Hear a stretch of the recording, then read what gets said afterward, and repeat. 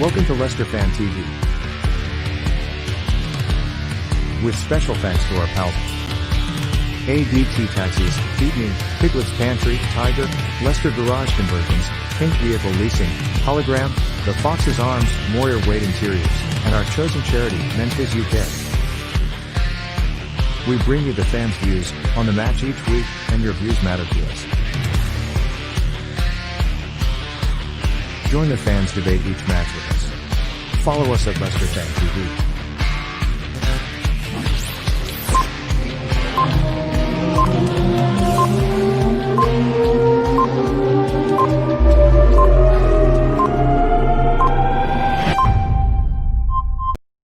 Everyone, it's Christian Fuchs here. I would like to say a big thank you to our fans and keep having our back for the upcoming Premier League season as well as the Europa League. Keep watching Leicester Fan TV. They have the latest news and they keep you up to date on leicesterfantv.com. So stay tuned and thanks for your support. Good evening. Another Wednesday night show of The Fox's Tale. We've got a very special guest and a legend of the football club tonight. He made over 250 appearances and scored up 39 goals. And he did this in a wet, windy night.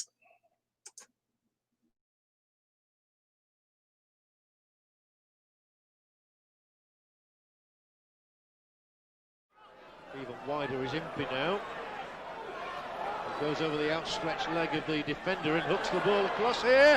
Oh, fantastic goal! Muzzy Izzet! What a goal from the Turkish international.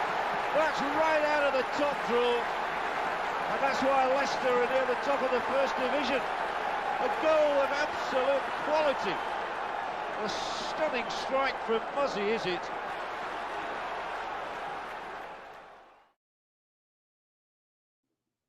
I'd say it's Wednesday night, it's 7:30, it's time for The Fox's Tale.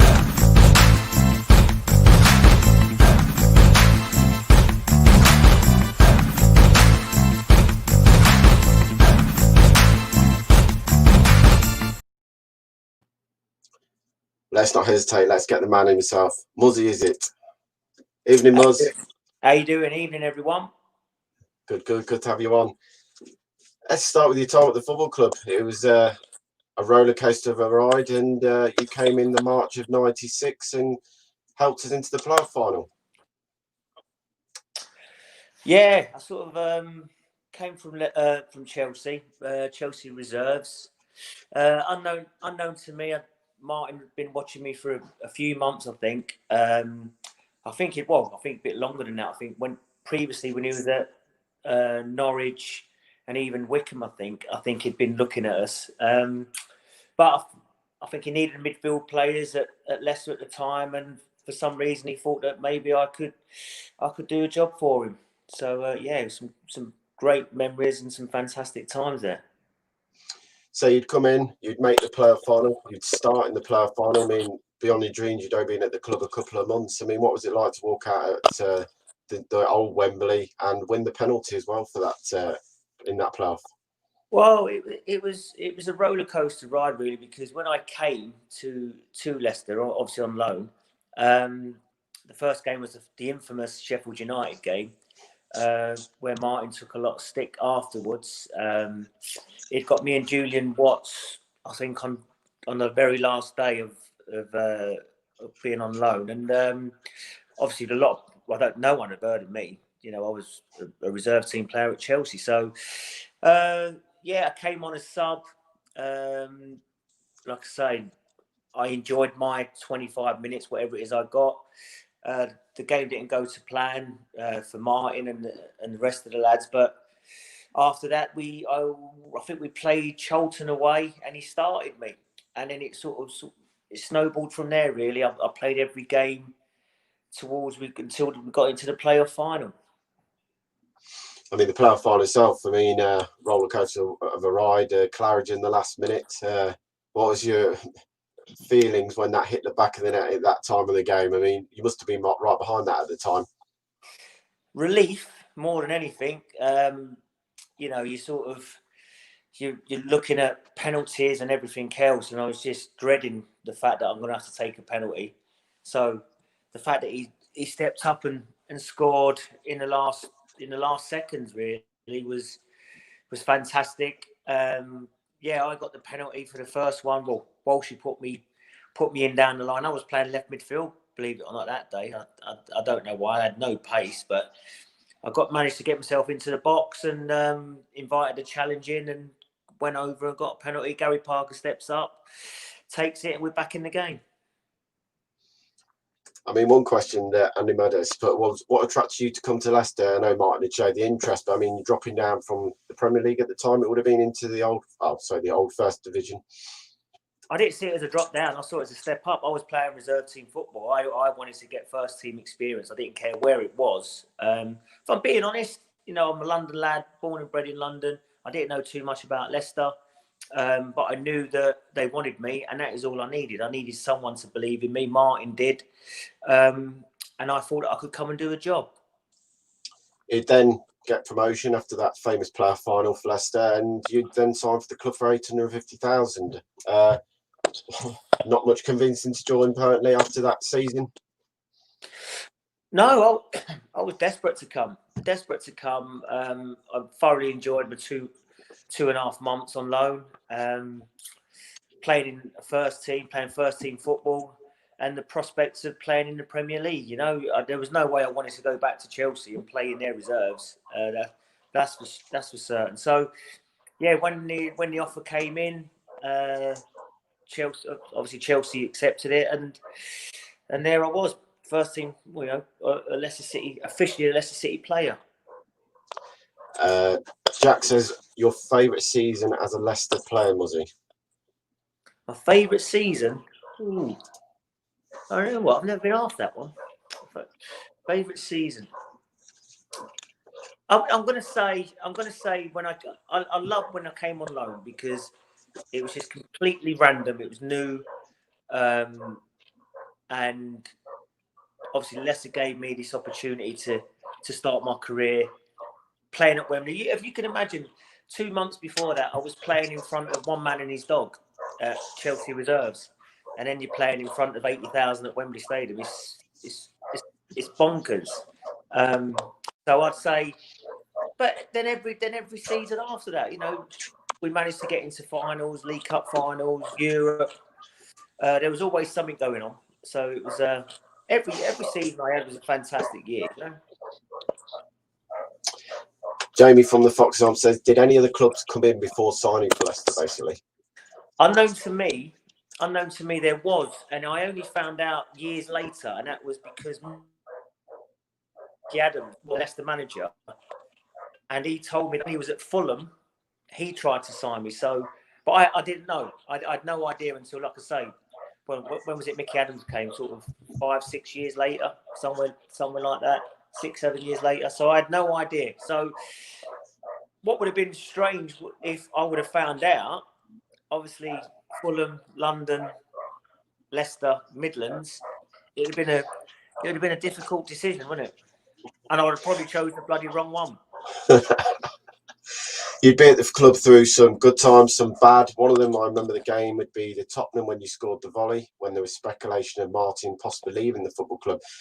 What was it like in the dressing room, before that game? There was a lot of speculation he was going to leave. I mean, the fans had their banners up, Martin don't go and he'll stay and everything like that. It was a strange atmosphere, that game. What was it like to play in? The game was okay, because you sort of, once you get on the pitch, everything else you forget about. But the build up, there was always murmurs and rumours about Martin going to other clubs because he'd been successful at Leicester, and that's what tends to happen, don't it? You sort of, Leicester's lost managers in the past, and whether they've been sacked, whether they've gone on to other things. And Martin was obviously hot property back then, So what he'd done with a so-called smaller club, obviously sometimes the so-called bigger clubs come knocking, and it's hard for managers to turn down. But I think Martin always kept it professional. He never sort of crept in too much into the change rooms. He'd serve as usual. Jamie asked, favourite goal, Grimsby or Spurs?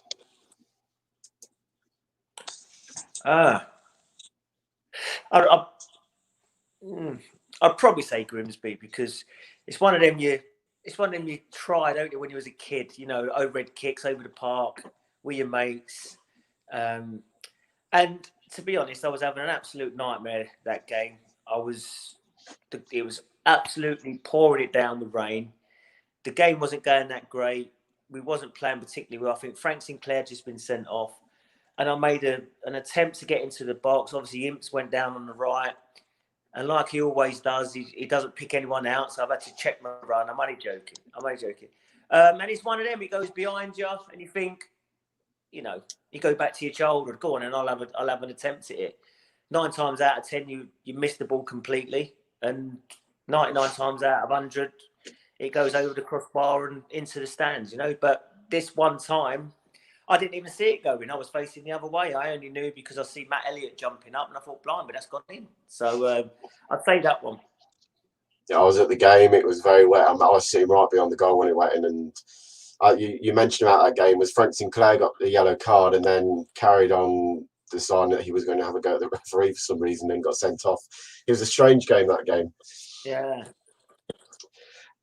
Yeah, it was. You know, it's a tough place to go and get a result. It was a midweek game. They're always tough when you go away from home, but the conditions were poor. I think we were sitting, we second in the league at the time? I think we was up there with us and Portsmouth, weren't we? And we needed to keep the pressure on.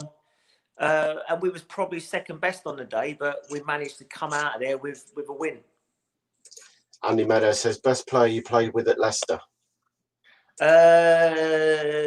Neil Lennon, because I could say Walshy as well. Walshy was great, but actually he made me better, Neil Lennon. So it gave me the license and the freedom to get forward and make runs into the box and be a little bit more expressive, because I knew I had that security behind me, you know. So I'll probably say Neil Lennon, and I think he was a very, very underrated football player.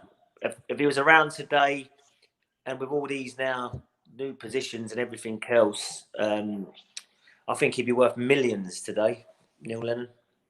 He was probably one of the big reasons we struggled after he left the football club. We never really replaced his energy in the park, the ball-winning midfielder.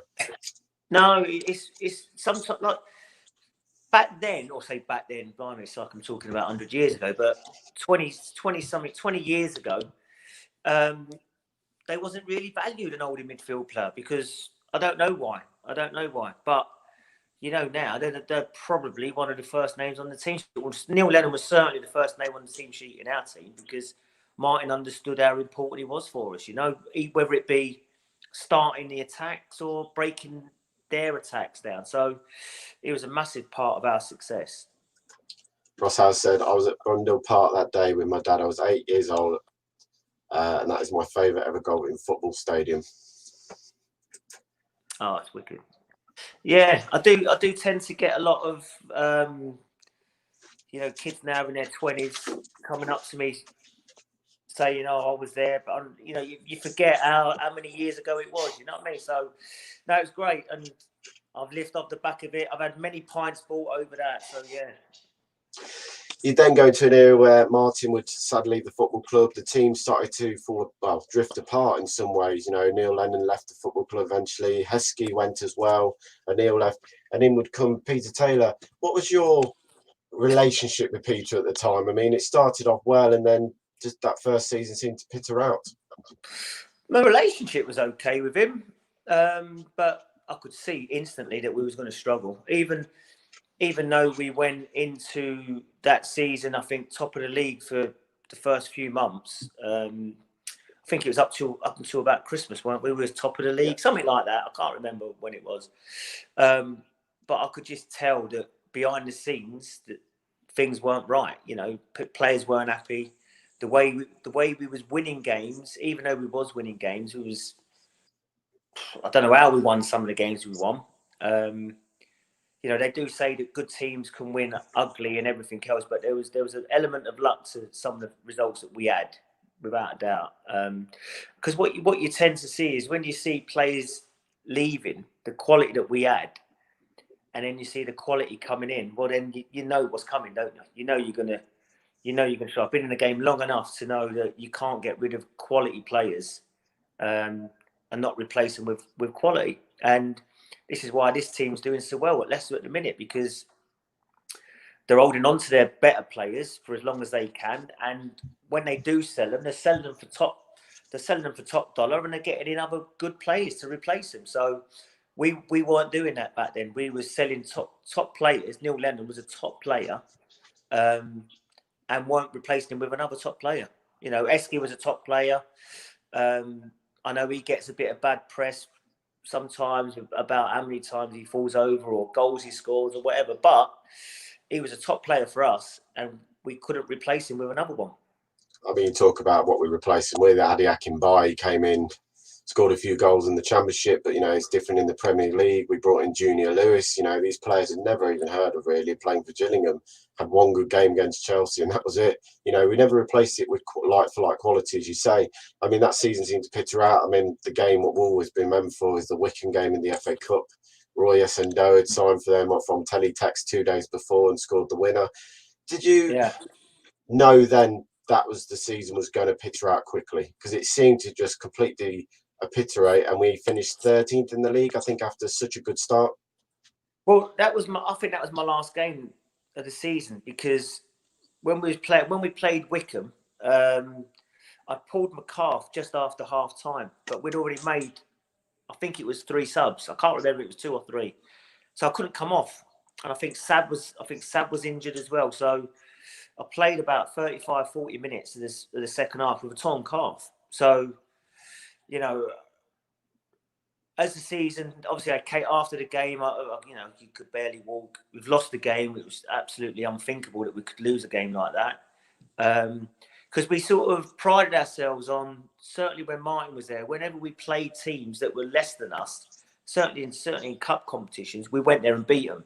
And we certainly wouldn't have lost to Wycombe under Martin. Never in a million years we had lost that game.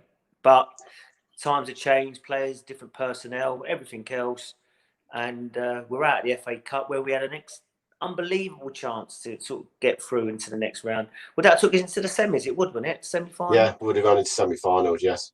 Who would that have been against, the semis? I can't remember. It was Liverpool. I think we would have got Liverpool in the semi-finals. And we'd beaten them that season as well at Filbert Street. You scored in that game. I think that in all the years I was there at Leicester, I think we probably beat Liverpool more times than they beat us. We had a really good record against them. It was one of them teams that we've done well against. So semi-final, one-off game, anything can happen. Next minute, you're in the FA Cup final. Bloody hell. So it's just a missed opportunity, really. You then go on to the following season with Peter Taylor again in charge. The 5-0 defeat home to Bolton on the first game. And I think, you know, bells were ringing in the stands that game. What is going on? How can we lose to a newly promoted team by that much and not really even turn up? There was, you know, it seemed like there was already something wrong. We'd then replace Mickey Adams and Dave Bassett would come in for the remainder of the season, try and stay up. It didn't happen. You'd then stay at the football club. You know, even at a time where finances weren't in great shape, you stayed and helped the club get back into the Premier League. What must be some, you know, happy that you did that. You know, after a lot of speculation, the club going into administration. It's some achievement it was that season. Yeah, well, the way I looked at it, I joined Leicester when I was in the Championship, and if I would have just left, I would have left them in the Championship. And I looked at it and I thought, you know what, for the sake of one more season, why not? You know, we had a good. The thing is with Mickey, when he came in, we actually had to start have a decent team. We started actually playing a lot better, and we drew too many games. That's what got us relegated. Really, we had, you know, the likes of Paul Dickoff, Brian Dean, James Scowcroft. It signed good players. Do you know? So I thought when we went down, I thought we can definitely get back up with his squad. If we can just add 1 or 2 more, I can't see there'd be too many teams in that division that would stop us. And you know, proven right. So it was great. We get back up, and to be fair, that was a great season. Believe it or not, that when we was in the Championship, it was just, it took us. It was just. We galvanised ourselves. We went into administration. You know, we had to take pay cuts and everything else. but it made us stronger as a team. And I think, I think the fans appreciated it. There was turning up with sellouts every week, and there was a real bond and connection between us and the fans, I felt. Question: King Power or Filbert Street? Favourite place to play? Well, most of my career was at Filbert Street. I actually loved it there. Had some great memories there. Some great games that we played. But like football does, and it has to. You have to move with the times, and you need high-tech stadiums and bigger stadiums and better training grounds. So, but me personally, I'd say Filbert Street. You then get one more season with Leicester in the Premier League. Sadly, it didn't work out, and you move on. What was it like to finally leave Leicester, a club that you probably thought you'd stay at for the whole of your career in some ways? Well, yeah, it was. It was the contract had run out, and I needed to. I was still trying to play for Turkey at the time as well, trying to sort out the international future, and I just felt that I needed to stay in the Premier League to do that. Plus, there weren't a contract on the table for me to sign for Leicester anyway, and I think they knew that the contract that I was on was probably just a little bit out of their reach at that moment, because obviously going down, they needed to bring some money back into the club and stuff. So I think it worked for everyone, basically. It suited me and it suited the club. But it was hard to leave. It was the friendships that I'd made there over the last 8 or 9 years. All the backroom staff. Sheila and Dilly, the kit ladies, and Macca, the kit man, and people that I still speak to this day. So obviously Birch and people like that. So it was sad to see all that side of it go, but you have to move on sometimes, don't you? Yeah. Simon says, what was it like to play for Turkey in the World Cup? It was. I didn't really appreciate it at the time because you're in this sort of bubble. You're in a World Cup bubble, and I'm in a squad of players, Turkish players, and I didn't speak the language well enough to really communicate, which was my fault. It was no one else's fault. They were great, great lads. Don't get me wrong. They was fantastic. The staff, brilliant people. But I found it tough. I found adapting. There was a lot of. Certainly in the World Cup, it was lonely because you're in your own room. You can't just go next door and have a chat with someone. So it was 8 or 9 weeks away, not being able to communicate too much. You're constantly on the phone at home, trying to talk to someone. So, but no, I can't. It's only now when I look back, I think, blimey, they really made me feel welcome. It was just unfortunate that the language barrier was a big problem. I had 2 guys that spoke English a bit, and it felt like I was following them around everywhere. And I thought, I've got to leave them alone. Do you know what I mean? Because it was a bit creepy. But I love playing for Turkey. Chris said, would you like to play with your fellow Turk, Sayuncu? Yeah, good player. Very good player. Typical Turk, quite aggressive, certainly on the pitch. Got a bit of a mad side to him, which is what I like. Technically good pace, good football player. I think what's great is we've let Maguire go for 80 million and actually got a better centre half in his place. Definitely. Stuart said, where's it gone? Stuart said, apparently he used to clean your windows. Stuart, whereabouts in whereabouts in Markfield or where I live now?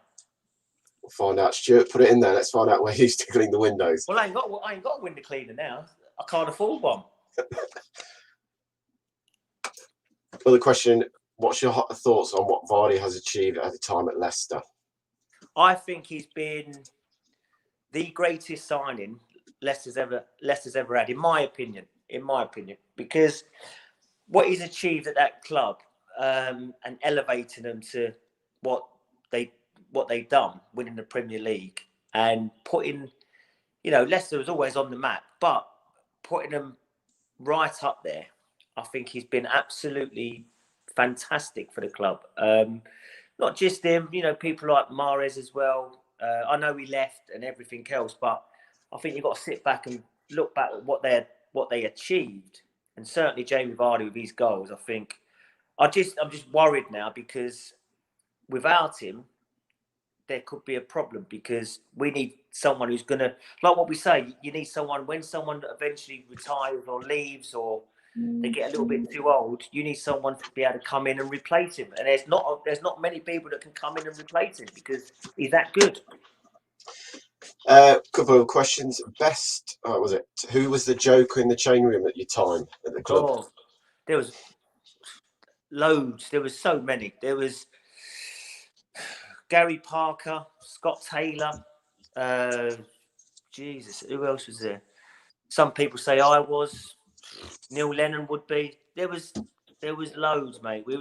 We had people called us the best ever pub team because I think what was great about us and what was great back then was I think the connection that we had with the fans because we all lived in Leicester. A lot of them still do. A lot of them was out, you know, drinking in bars and pubs and restaurants and everything else, and you know, socialising with the local people, which is what it's all about. I think it's different. It's difficult now because social media and everything else. Everyone's trying to get a story on someone and blah blah blah. But in our time, you know, we loved every minute of it. You know, we went into every pub, we went into every restaurant, we went into every bar. You know, it was great times. Stuart said when you were at Markfield, apparently he was cleaning your windows. Yeah. I had a window cleaner then, definitely. Yeah, I was earning some money back then. I mean, there was one question I got sent in this afternoon was apparently your nickname, what Matt Elliott used to call you, chicken legs. Matt used to call me loads. Chicken legs, Muffy, Turk. I don't know. Yeah, there was loads. Yeah, I had skinny legs. I still have got skinny legs. So certainly for a football player. So for any young kid out there that's on the small side, don't give in. There's always, you know, as long as you've got a big heart and a little bit of ability and you believe in yourself, there's always a chance, mate. Who did you room with when you were at the football club? Neil Lennon, nightmare. Yeah, so even on, it was okay when we had away games, but when we went on tour, oh, it was a nightmare. It was an absolute nightmare. Well, we all like to have a drink, but he liked to have a little bit more than everyone else. Joe says, great night out in Underside Bar. Undecided. Yeah. Oh, yeah, great times, mate. Like I say, we had, you know, we was out most weekends. If we'd won, it was party time. And Martin used to encourage it. Martin used to say, so on the way home on the bus, we'd all be pissed. You know, we'd go out and have a drink. Sorry, I shouldn't have sworn it. We'd go out on the, we'd go in all the pubs and bars and yeah, great times. Going into the modern day now, you're doing a lot with Walsh in your academy. How's that all going? All going well, yeah. AFDA, something that me and Walshy started nearly 7 years ago now. We run a BTEC, level 3 BTEC in sport. So we've got 88 students currently on it. They do a 2-year BTEC with us. We've got teachers there, classrooms. Then they come out and they do coaching sessions with us. We've got 4 teams that we run. Then they go on to a HNC degree. So yeah, it's all going really well, mate. Really busy. We've got some good players as well. So some good lads, all from around Leicester, inner city, all around the outskirts. So yeah, it keeps me and Walshy off the streets, keeps us busy. As Phil just put, I remember the players upstairs at VIP in Brannigan's. Oh yeah. Yeah, like I say, we went everywhere. There was nowhere in Leicester we didn't go. Just really, what's your opinion on Brendan Rodgers? How he's taken the club forward? You know, over the last 18 months, where do you think the club can go again? You know what? I think there's exciting times because as long as Jamie can stay fit, as long as Jamie Vardy can stay fit, I think he's the focus point on our success because he's the one who sticks the ball in the back of the net, and I'd hate for him to get injured because I think it would be a different season without him. We haven't really got anyone that's going to be able to fill them boots. I'm really excited with RB Barnes. Really like him. I coached him as a kid. I was at Leicester for 2 years, and I had the under 15s and under 16s. So I had Harvey, I had Hamza, 2 good players. Obviously, RB Barnes. The only one thing Harvey's got to, if he can get his finishing to his game, I think he'll play for England again and again and again. I think he can be that good. Great attitude, got great pace, good ability. Just a little bit more composure in front of goal, and I think he'll go to the next level. You talk about earlier when you were saying about Peter Taylor replacing players. Chilwell left in the summer, and we replaced him with the new left back from Italy. I can't remember now the play, Cassagna. What have you made of him in his first 4 games at the club? Yeah, all right. Yeah, look, Ben was a good player. But in my opinion, he wasn't a top class player. That's my opinion. I thought he was a good football player. And if you can get 50 odd million for a good football player, then you got to take it, because you can replace players like that. I think you can replace a good football player with another good football player. It's when you've got someone like Jamie Vardy, who's world class, it's hard to replace him with another world class player, because there isn't many of them about. So he's done okay. I think he'll get better and better the longer he's here. I've got excited. I think Leicester could do well again this year. I honestly do. I think Man United, Arsenal, I think we're better than on our day. If we really play to our best, I think we're better than them. I think Man United are shambles at the minute. I don't see them as anywhere near a top 4 team. I think Everton are blow. I think Everton are huff and puff, and then they'll go. I don't think they'll stay. Obviously, Man City and Liverpool are the 2 outstanding teams, but I think Leicester's got every chance to be in the top 4 this year. Honestly, do. One final question. Out of Steve Walsh, Matt Elliott, Jerry Taggart, who would be the one you'd have next to you in the trenches? Hey, there's only one, mate. There's only one. The grinder, Steve Walsh. You play with some great players, over the years at Leicester, and that the names ring off there. Elliott, Taggart, Lennon. Who'd be one now that you go back and would like one more crack at playing with Leicester with? You know what, mate? There ain't one. It would be to get. We haven't done this since we've all split. We haven't had a reunion. It would be great to have a reunion and with all the old players, all the lads. I see Walsh every day. I ain't seen Neil Lennon for years. Tags I see now and then. Matt Elliott I see now and then. Steve Gupp is in America. Pontus is in Sweden. Peggy, our fixed side, I don't know where he is. He could be anywhere. Who else is there? Tony Cotty, people. Steve Claridge. I ain't seen him for ages. So it'd be Gary Parker. It'd be great to see them all again. You know what I mean? And have a reunion. So there ain't one. I'd like to see them all. Maybe a testimonial in a few years' time for Andy King and Schmeichel, and you could have the Premier League team versus the O'Neill team. Blimey, mate. Walshy can just about walk. Never mind play a game of football. So he'll have to be the manager. Yeah, it'd be great. I'd love to get us all back together. We was actually going to do it. There was when Leicester was in the semi-final against Aston Villa. It was the League Cup final, weren't it? And there was going to be a party and everything else, and then they got knocked out. And everything got cancelled. So yeah. So hopefully soon we can all get back together once this COVID situation sorts itself out. Muzzy, it's the end of the show. It's been great. 35 minutes having you on. Thank you so much for coming on tonight, mate. Pleasure. Take care, everyone.